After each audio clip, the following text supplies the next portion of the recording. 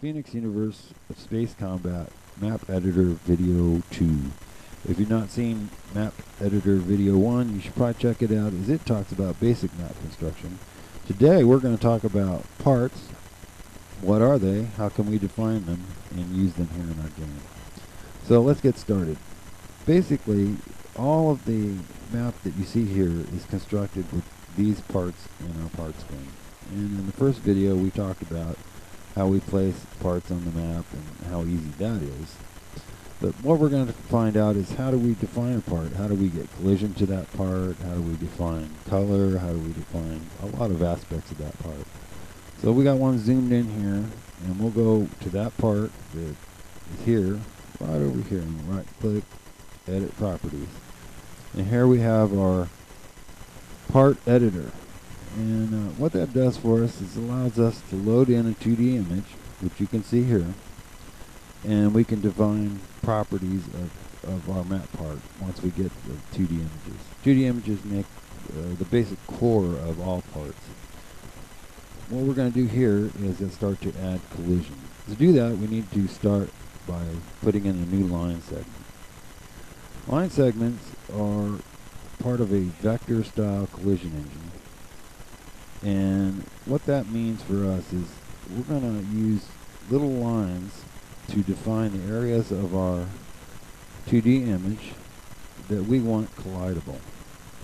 And we do that by just placing in these little lines. And you can see I very quickly have added the collision to this part. And once you've got these lines down, you can delete them, you can add new line segments, you can do all sorts of neat little things. But today we're just going to make our simple little lines on this little part.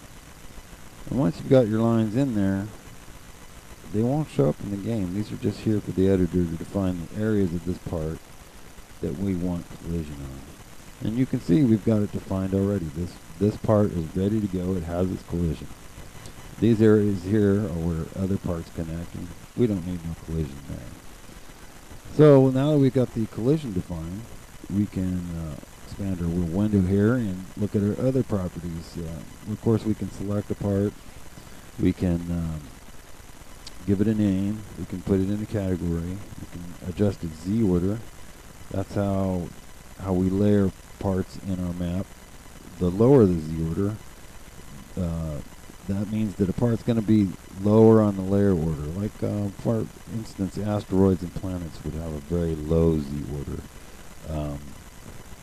Things like base would have a higher Z order, so that the base is above the planets, and so on and so forth. Drift is what we use to do that parallaxing effect. It allows part to move at a different rate of speed than other parts. And so, like again with the planets and asteroids, they move at a slower rate than the base does, and that gives us our depth and our parallaxing effect. Set blend, we can set our blending effects for our image. Alpha, we can set how transparent or opaque our image is going to be. Color, we can define, even though we've loaded in an image with color, we can change that color to red or green or multiple of colors so that we get the right color for our part.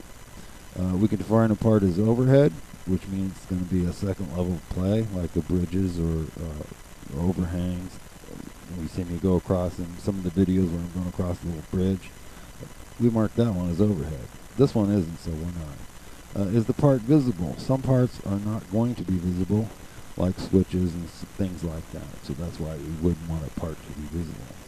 So once you've defined all that, you basically save your part, and you're good to go. We can share parts. We can take those parts that we create in here and save them out, pass them off to a friend. So sharing resources in here should be pretty easy. Once you go to the trouble of making map parts, you can send them to a friend so he can use them on his server. So looks pretty good. This is basic outline of how we do parts here. And our next video is going to go into even more depth on parts and on the map. For instance, how we get these lighting effects or these shadow effects that you see in the game. They are also parts, but we're going to show you they're kind of a technique to get those to work. So that's about it. And appreciate your support. And be sure and check out our NDGB page and our website at www.phoenix-USC.com. And I appreciate your support, and I'll talk to you soon.